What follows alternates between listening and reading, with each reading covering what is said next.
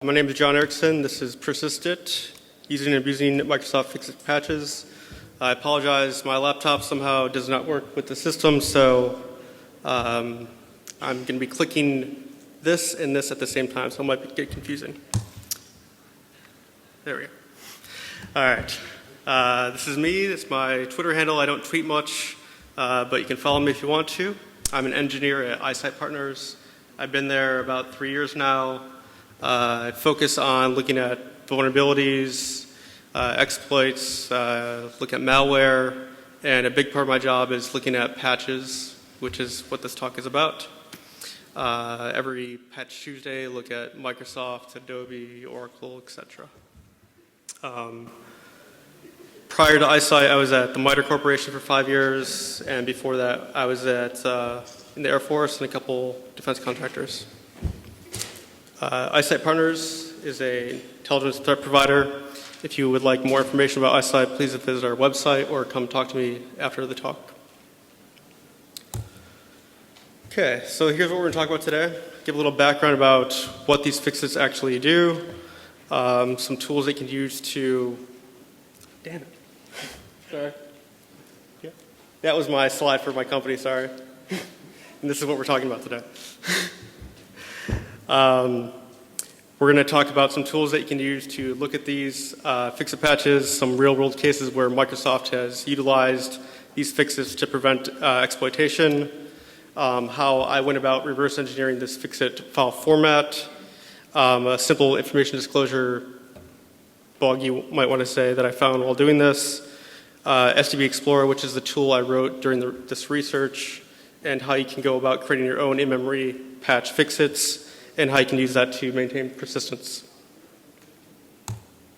Okay, so what are these in-memory patch fixes? They are a subset of application compatibility fixes. There's a bunch of different names out there. They're called shim databases. They're called app compatibility fixes. Microsoft has a whole website dedicated to these fixes. It's the Microsoft Fix-It Center. There's thousands out there. They provide a way to modify an application's behavior, how it interacts with Windows. So, for example, if you needed to modify your resolution for some old program, you could have a shim that does that. If you wanted to convert an old Windows NT app to make it work on Windows 7, you might need to change some file locations or registry locations. So you can do that all with these shim databases. And emit, Microsoft's Enhanced Mitigation Experience Toolkit, also works via this mechanism. So the first public information I saw on this is from Alex Ionescu. He made a blog back in 2007 called Secrets of the Application Compatibility Database. I guess he intended for it to be a 9-part blog series. He only did these first 4 that I saw at least. He gave a great introduction on the technology, some system shims that are built into Windows, how the shim engine interacts with the PE loader, and he never got to releasing his tool or this bullet here, 7. The runtime in-memory patching behavior and analysis. If he would have released that blog entry, I probably would not be here today talking about this stuff. Mark Badgett presented at DerbyCon last year. He's mainly focused on rootkits and doing penetration testing work, so that's kind of his focus. He wants to do rootkit type things like process execution redirection and API hooking and file system hiding, registry hiding. He showed how you could disable security features of the OS, like disabling ASLR or dep for processes, and how to execute backdoors. He showed that you could do all of this through the application compatibility framework that's built right into Windows. It's very neat work. He did not talk about in-memory patches, which is the focus of this talk, but still cool stuff. So what's the motivation? Why did I want to get started doing this? Patch Tuesday comes out. I diff the patch for IE, you find, for this example here, 465 functions that match. That means you have to look through 465 functions that have, there's differences in them. And are those differences security-related fixes? Are they just normal bug fixes for Windows? It's a hard job. It takes a long time. It takes a long time to just load these DLLs into IDA and run bindiff on them. It takes hours. If you look at a fix-it patch for this particular CD here, there was 2 changes. So within 5 minutes of downloading this fix-it, running this tool, you can see, oh, they changed this assembly instruction from a jump not equal to a jump, or they changed this to hook this function to redirect code somewhere else. Very cool stuff, and that's what got me started in this. Okay, so now let's talk about some tools. There's a few by Microsoft: Application Compatibility Toolkit, svtoxml, and svtinst, as well as CDD, which we'll talk about briefly, and SDB Explorer, which is the tool I created during this research. Damn it. Somebody yell at me if I forget to change the slide, please. You can look at this monitor. Thank you. Okay, so the Application Compatibility Toolkit. This is freely available for download from Microsoft. It's a nice GUI tool that allows you to point and click and create nice application fixes. However, I don't think it's very well documented. I've got a couple examples here that I just made up. Pointer. So I created a compatibility fix here called shim via EAT, which means you're going to hook a function via export address table entry. When you create this to the GUI, it's nice to point and click, yeah, I want to do a shim via EAT, and then it gives you a text box that says arguments, and it provides no documentation. What's the format for that argument? How do you know? I have no idea. So it was very confusing. They have fixes and they've got modes. Modes are a collection of fixes. So I've got the top one here is a compatibility fix, and the bottom one is a compatibility mode. What I really wanted to point out here is the concept of matching files. And so matching files for IE, it has to match this particular binary version, company name, product name, etc. If those conditions are met, then this compatibility fix will be applied, as well as the bottom. If those conditions are met, that compatibility mode will be set.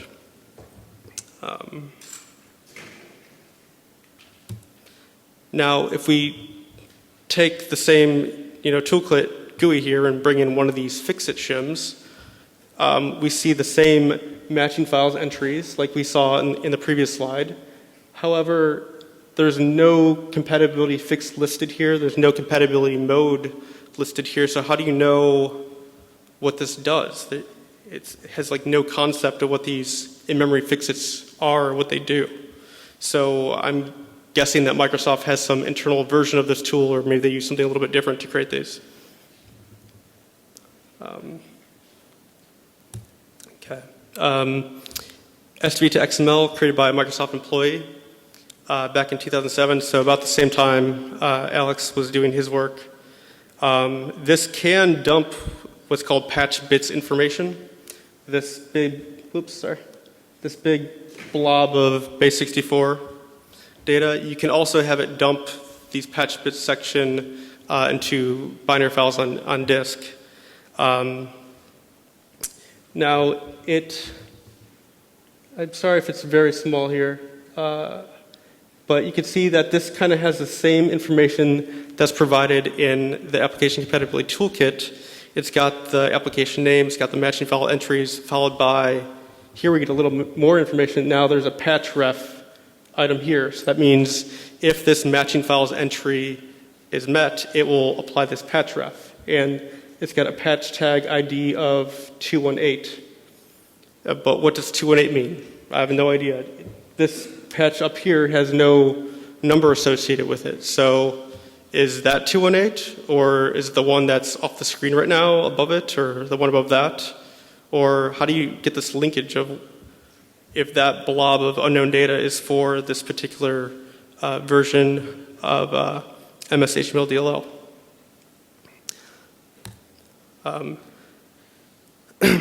CDD from Alex, he never released it. He's got this show patches option. Thank you. CDD by Alex, he's got this show patches option. It's not clear if this dumped out the base64 encoded blob like STB to XML, or if it actually parsed out this information in a better format, but never released. Okay, so STB inst, this is a file that's already on your computer. It's a way for you to install STB files. If you go to Microsoft's website and you can download the MSI to install a fixit, but if you actually extract out what's in the MSI, you'll end up with the STB file. And this tool allows you to install STB files via this mechanism, whether they're STB files that you create using the Application Compatibility Framework or Toolkit, or ones that you download from Microsoft. You have to use the -p option when the STB file contains in-memory patches. You have to be administrator to run this tool, and we'll talk about why later. Also, a side effect of this is that these items show up in your add removed programs dialog. And Badgett mentioned in his DerbyCon talk, he's doing all these cool rootkit type things, but then he has to go and see that his rootkit fixit is in the add removed programs dialog. So not very stealthy. So these are the default locations, and this is why you have to be administrator, because STB inst and my tool have to write to these two registry locations, hkey local machine, custom, and installed STB. And so what you'll find if you look at this location, custom, you'll find entries for applications that have shims applied. So you might find one for iExplore.exe, or for WinWord, or for Outlook, or any other program that may have had a in-memory fixit installed one time. This is also where you'll see applications that have emit applied to them. Under the entries in custom, there'll be a GUID. You follow that GUID under the installed STB folder, and you'll find information like this. This shows you the description, which is just a comment. It'll show you the database timestamp, the location on the file system where that STB file exists, and the database type, which in this case, this flag just means it's a shim database type.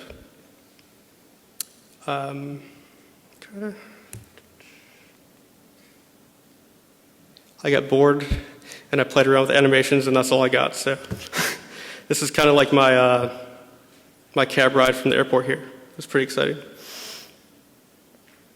So this is my tool for installing. I'm going to talk more about my tool later, but you give the -r option with the STB file that you got, and you give your application name that you want to shim. This does not show up in the add remove programs. It does not copy the STB file to the default locations. I should have mentioned back here actually. This is the default locations that the STB inst program copies the file to. So if you're installing a 32-bit patch, it's going to put it in the app patch custom directory. And if you're installing a 64-bit patch, it's going to put it in the custom 64 directory. My tool does not copy into these default locations, so you need to be aware of if you're making a patch for a 64-bit program, you need to have custom 64 somewhere in the full directory path. That's how Windows checks to see if you have got a 32-bit or 64-bit patch. It just checks based on this directory name.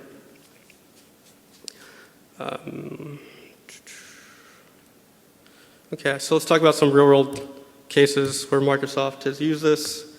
The four most recent that I've seen using the in-memory fix-it type are these. Just a quick note, in the news this week, Microsoft put out an advisory about an RTF vulnerability, and in their security advisory, they mentioned a fix-it patch that will help prevent it. That's not an in-memory fix-it patch. That will just disable Word opening RTF files, essentially, or processing them. So they don't do an in-memory patch. So these top three are IE vulns. The bottom one was a XML Core Services bug, and in all these cases, the fix-its were actually targeting IE. So XML Core Services is a system-wide library used by many applications, such as Word and Outlook, but Microsoft just released the fix-it to protect IE using that library, not other ones. And we're going to focus on this most recent one for the rest of the talk. So this was publicly disclosed by FireEye on February 11th, being exploited in the wild. Microsoft released a fix-it on the 19th, so that's 8 days. They already had a fix-it out the door, which is great, so that you don't have to wait till the next patch cycle of Patch Tuesday to be able to protect your enterprise. Again, using my tool, which we'll talk about later, this -D option will essentially print out all of the matching file entries within the database. So this particular database file, there was 8 different entries that they were targeting. These versions of IE with these PE checksums. So IE 9 and IE 10.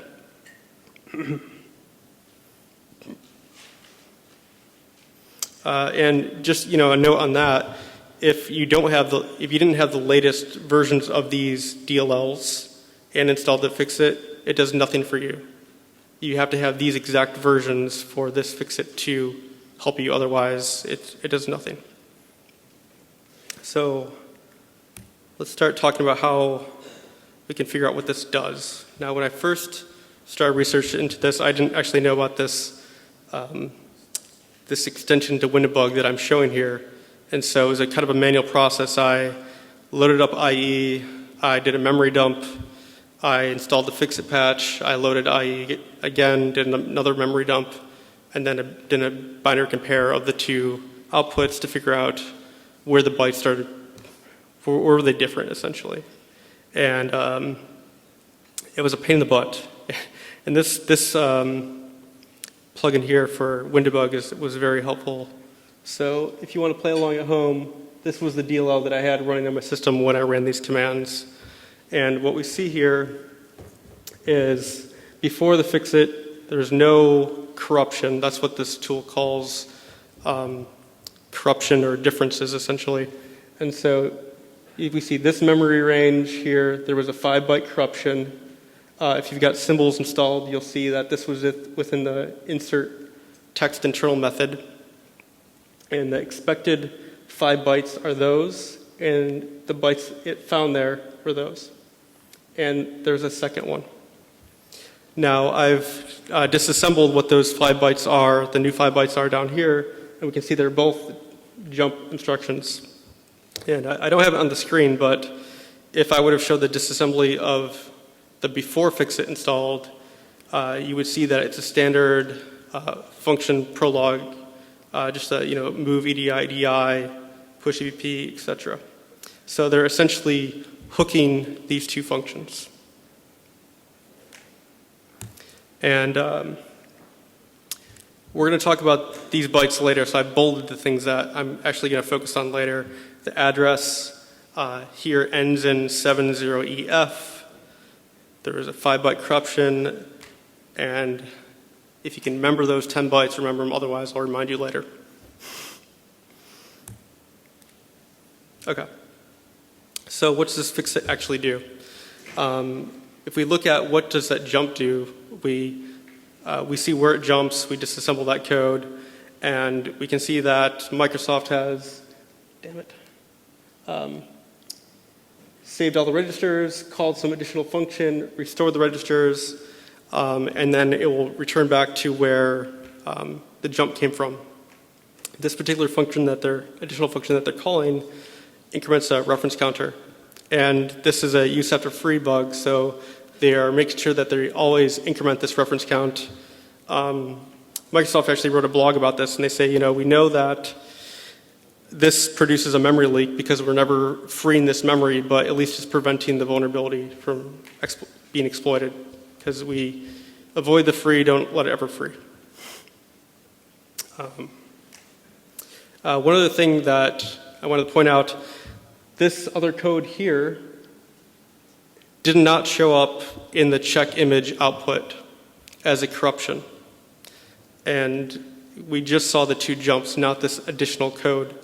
And the reason for that is the check image extension only considers code in the original image size. So any bytes that are outside of that image size are not considered for potential corruption. So basically Microsoft went to the end of executable code, wrote this additional code, and then just put a reference to it to jump to it. Okay, so let's continue on this quest of reverse engineering, figure out how this patch bits format's processed and how the payloader handles it. A couple slides ago, I highlighted those bytes in bold for you. This number 5 is it's little endian, so it's least significant bit first, bytes first. So that's 5 was for 5-byte corruption. We see the EF70; those were the lower 16 bits of that address. We see these are the 5 bytes where the expected 5 bytes. This is another 5 followed by EF70. For some reason, I don't have that boxed. And then these are the 5 bytes that are now corrupting those original 5. So this is a kind of a general idea, and let's see how Windows actually parses this information. Oh, I should say that this dump of hex right here, if you go back to the STB to XML tool and grab out that base64 blob, that's what it looks like. It's just these bytes. That's all I did there. Okay, so how does, here's a very high level view of what the payloader does when it's applying an in-memory fix-it. It initializes the shim engine. It resolves a function within the app-help DLL called SE-DLL loaded. SE stands for shim engine. Within that function, it calls patch new modules, attempt patches, and an apply patch. And the apply patch function is the one that actually does the work of processing this patch bits information. Okay, so here's some pseudocode representation of this function. It takes a pointer to a patch bit structure. This is a structure I came up with, so that's my name for it. I don't know what Microsoft calls it. But essentially, it's just going to iterate through all of, I kind of call them patch actions. And a patch action can be either a match or a replace action. So if it's a match action, it's just going to do a mem compare of the pattern specified for some module base plus an RVA for that pattern size. If it matches, it continues along just fine. Otherwise, it returns out. If it's a replace action, it's going to change the memory permission of the area specified. So it will go to that RVA for the number of bytes specified. It will make that memory read-writable. It will then copy the bytes that you want into that new memory area and then restore the permissions back to original. So read, execute, or whatever they were. And then it flushes the instruction cache. It'll continue to do this until it gets to the end, essentially. So along with the SCI apply patch function that we were just looking at, the app.help DLL has 195 exports. Microsoft has documented them somewhat at this location. They don't provide any header files for you to use or a library to link against. So it's kind of a manual process to create those. The code that I'm releasing has all that header information in there for you with all the function names, and so it'll save you some time. This library can be used to read and write or create STB files. The documentation is definitely lacking. It's been lacking for many years. Like in 2007, Alex was talking about it lacking information. So one problem I was having with it was I want to extract out that patch bits area, which is a binary field, and you're required to give this function a buffer and a buffer size. And I'm thinking, well, how do I know how big this patch bits area is? Where do I figure it out? And I'm staring at this documentation from Microsoft for hours. Nothing's coming to my mind. And finally, I just brought up STB to XML and IDA and figured out how do they do it. And they're using this undocumented function called Git Tag Data Size. And that will give you the size you need. This API does not contain the code to actually parse out what these in-memory patch bits areas are. So that's something we're going to get to. So the STB files themselves are binary files. Here's a very simple YAR rule if you guys are searching for files on your computer. You'll find a lot. There's a lot of default STB files on your computer. They are STB files that are packaged with installers for old games to make sure that, the resolution's set right. So this will get you a lot of crap by using the signature. So it might be better to modify this to look for not only this magic string STBF, but also look for these files that contain a patch bits tag ID within them as well. So that's something that if you guys are interested in, you can do. So here's the structure that I came up with. First, there's match operations and replace operations, 4 and 2 respectively. You've got an opcode, which is either a match or replace. You've got the action size, which is the total size of this structure. The pattern size, for the number of bytes you want to search for or replace. The RVA, and then a module name. Now if we take that and apply it to that same hex dump and kind of overlay it, we get to start make some sense out of this data. So we see it starts with the number 4, which is for a match. We see 59 is the size of the first action. So if we go to offset 59 in here, we see it's a 2, which would be a replace. So we know that it's just patch bits or patch action after patch action.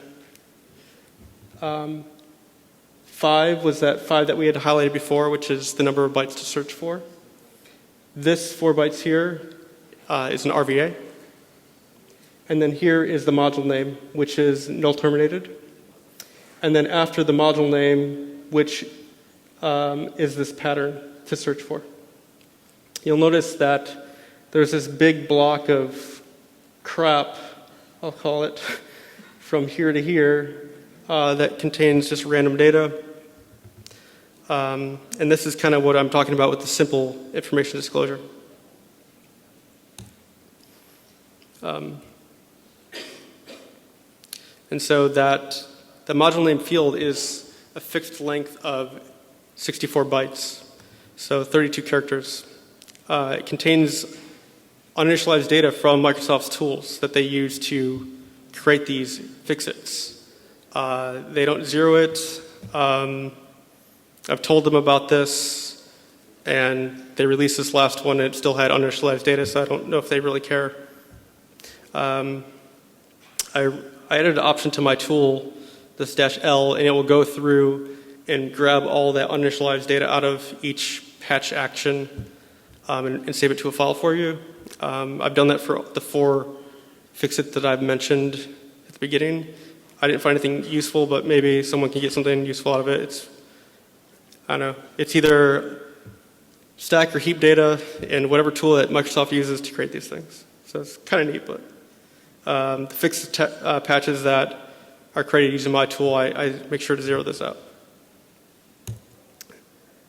So I've mentioned it a few times. Let's start talking about my tool here.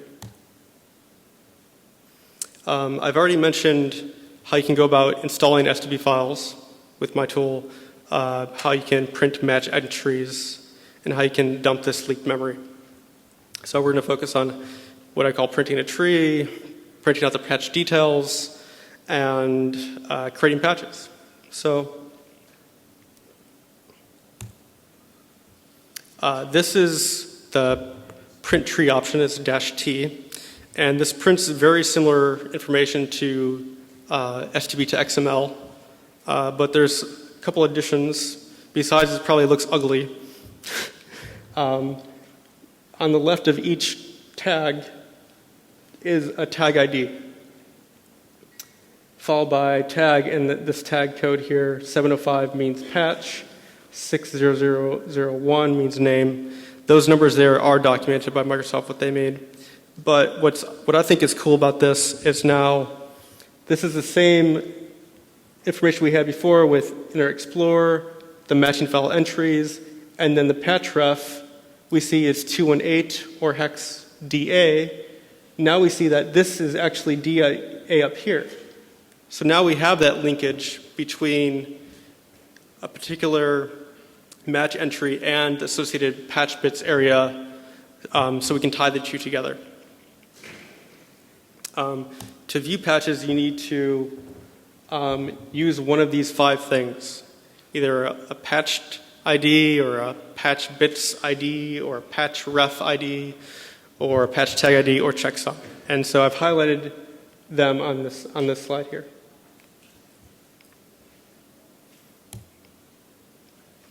Oops. So the tool has 2 different options for displaying patches, P and S. P you use for all those patch tag IDs that I was talking about before. S you have to use with the checksum. Excuse me. So this displays out the information nicely. It shows you the module that they're targeting, the particular action, whether it was a match or replace, action size, pattern size, the RVA where this is at, and then the bytes. So this is going to do a match operation at the RVA, these bytes, and then I show the disassembly of those 5 bytes, that's just the standard function beginning. And then the second action here was a replace action, that RVA, and makes it a jump. And that's the same thing that we saw using the check image extension. Now this, if you give the -I option, this will dump it in a IDA Python script format. I was originally writing a IDA plugin for this, and I found the process not fun, and I was running out of time, and I ended up just making this happen real quick. So basically, you bring in the module that you care about into IDA. You run this tool against your STB file, copy and paste this into IDA, run it, and this will print in the console window that it's patching so many bytes at some address. And then you can either go into your patched bytes menu, or you can just double click in the console window and it will bring you to the associated code regions where this happens. And so we can see here that these 2 small ones that's just applying that hook, that's making the jump. And these big lines here, that's where it's putting that additional code at the end of the image. Okay, so let's talk about how we can create our own fixes. Required information, you need a target. You need a target module or modules. So that could be a DLL within the application that you're targeting, or it could be the application itself. And a requirement because of that fixed length field is that the name has to be less than 32 characters. So 31, and it needs to have that null terminator at the end. You need to know the RVAs that you're targeting for either match or replaces, and the bytes that you want to put there. It's implementation specific. So I created a config file that my tool processes to create these. They have to begin and end with these, tags that I have. You specify the application name. DB name could be anything. That's what will end up. That will end up in your registry. When I showed the screenshot before, there was one that looked like a comment. It was CVE, XYZ. That's what will show up in DB name. You can have some comments, and there's really three things you can do. There's P, R, and MR. So P will define a new matching files entry. And so within a matching files entry, all I allow you to do is give a target module, which can be a DLL or some type of image name, and optionally you can have a P checksum. Within a P tag, you can have R or MR. R does a replace action. I think looking back, I probably should have called this a write action. It makes more sense, but when I originally did this, I called it replace, so it's all over the place now. It makes more sense to just call it write. So write, you have a target module again, the RVA, and a hex string of bytes that you want to write to that particular RVA. MRRs does match replace combo. So you give an RVA, you give your hex string that you want to search for, and then the hex string that you want to write there. Okay, so I created a sample target that we can go after. This is included in the GitHub repository. Basically, this code loads MS-HTML DLL. It does get proc address for this exported function per HTML. Prints out the RVA for you and prints out 15 bytes of memory starting at the RVA minus 5, and then prints out the disassembly for you. So it gives it some target.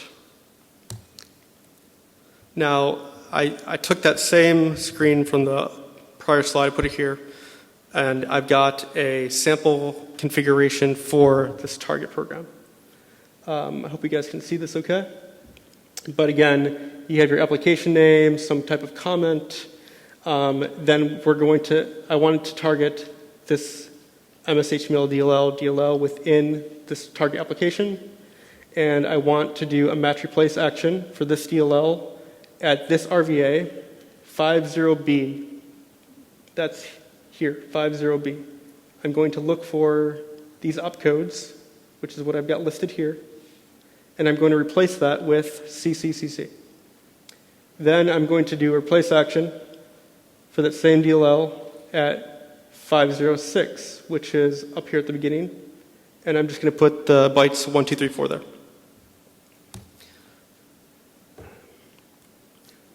So using the tool, you give the -C option with the configuration file that you've created, and -O to just give an output name for the STB file that you're creating. Now this processes the config file. It prints out some debug information. This was really for me, but it may be useful to you guys while you're doing this as well. Then we take this STB file, we go back to the program again and run it with a -R to install it, or we use stbinst if we don't care about the add remove programs thing, and we install it in the system. Then when we rerun sample target, we can see that at offset B, there is CCCC. So it properly did the match and replace, and then we can see that it did overwrite at 506 with 1, 2, 3, 4. And the disassembly there doesn't really make sense because 1, 2, 3, 4 is something weird. So how does this all work? Whether you double click on something, whether you run something from the command line, it's the parent process's job to do a create process, which calls create process internal, and the create process internal determines if the target needs to be shimmed. It goes to the registry, to that custom folder. It looks, does this image name match what I'm about to run? Then is there an associated shim database file for this application? If it does, it sets some loader flags and lets the child start up. The child's P loader looks for a flag that's set and determines if it should attempt to look for shims. So yeah, it uses this to determine if it should look for shims.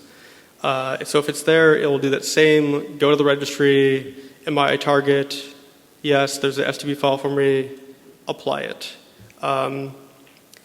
This is kind of very vague what I'm saying here, but Alex gave some details about how this works, so you should read his blog. So for debugging this, you can set this environment variable here, and this is output from sysinternal's Debug View. And it's kind of small, I apologize, but I'll just point out a couple things. It has the application name here at the beginning. This says st.exe. Just think of that as sample target. Then it clears some flags that was set. Then it attempts to do a patch. And it fails because MS-HTML DLL has not been loaded yet into the process memory space. Later on, we see SE DLL loaded, says, hey, I finished loading MS-HTML DLL. Then SE I apply patch actually does the action. It does the writes, it does the match, it does the writes. And it says, yes, I've successfully applied one of one patches.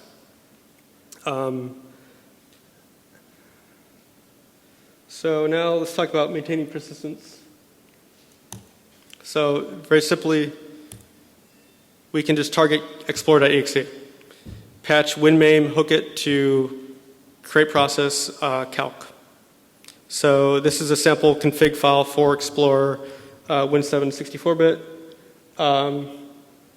You give a P entry for explore.exe because it doesn't have to be a DLL. I gave it a specific P checksum that I care about. This RVA here is for winmain, and I overwrite the first bytes with a jump. Then this is at the end of the image size. That's just my shellcode. Included in GitHub is the configuration files for Win7 32-bit, 64-bit, and Win8 32-bit.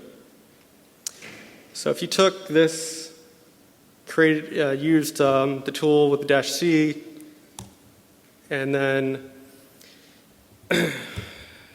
get the output from the IDA Python script, load Explorer into IDA, this is basically what you'll see. So before the fix it, after the fix it, it just has that jump instruction. That's all I'm doing. If you follow that jump, this is my shellcode. I don't write shellcode for a living, so don't laugh at it. Basically, I save all the registers, I call create process, restore the registers, and jump back to main. So what can we do about this? You can disable the shim engine. You can do it through group policy. I don't recommend doing this. It will break emit. It will basically make these zero-day fixes that Microsoft releases pointless. But it is possible. There's probably some other unintended consequences of disabling it. You should search your registry and file system for STB files. These are YARB provided.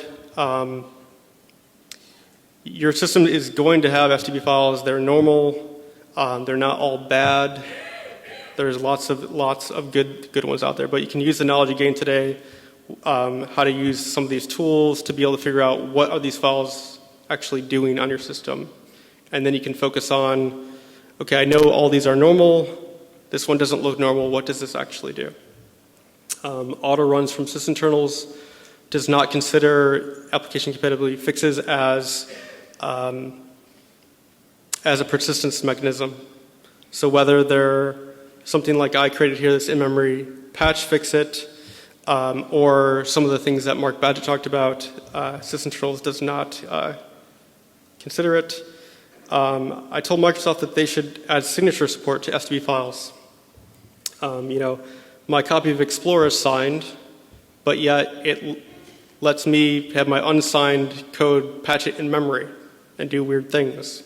So maybe they should let us know that some non-signed STB file is running or about to run.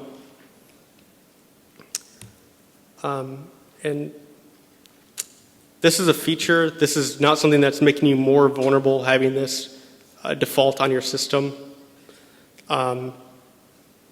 Someone needs to be administrator on your box to install these. So if they're that far, you're already owned, but this is kind of just a new way that you might not be considering how they're maintaining persistence on your system. And this third bullet is really what is, I think, awesome. This provides a great opportunity to figure out what Microsoft is doing fixing things. It's so much easier to look at 2 changes versus hundreds of changes to try to figure out what Microsoft did to try to prevent exploitation. And I don't know if I mentioned this earlier, Exodus Intel guys looked at some fix-its. I can't remember which one it was off the top of my head, but they showed within probably a day or a couple hours probably that the fix-it that Microsoft provided for something was totally insufficient, that they could find a way around that to continue to get code exact.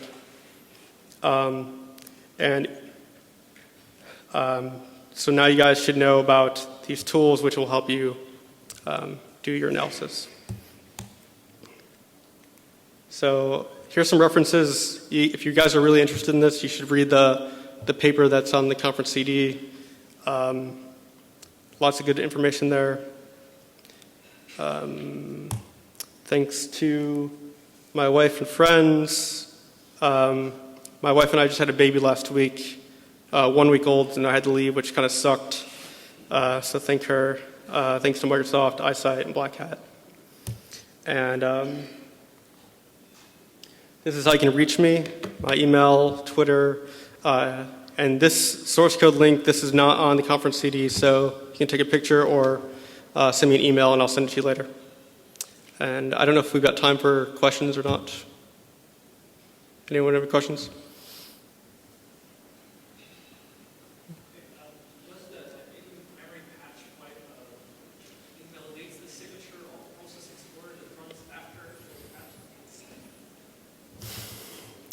The question was, does the in-memory patch invalidate the signature as shown by Process Explorer? And I don't know the answer to that question. I would guess no. Anyone else? Go ahead. Do you have any plans to make either what is with STB Explorer? I think it's more convenient to analyze patches in either Pro than use the special brother tool. Right. So the question was, do I plan on continuing to work on the IDA Pro plugin? And probably not. And I don't think these happen often enough where it's worth my time to try to develop one. I thought it was a very painful process to do. It was my first time ever trying, and I've got better things to do. Anyone else?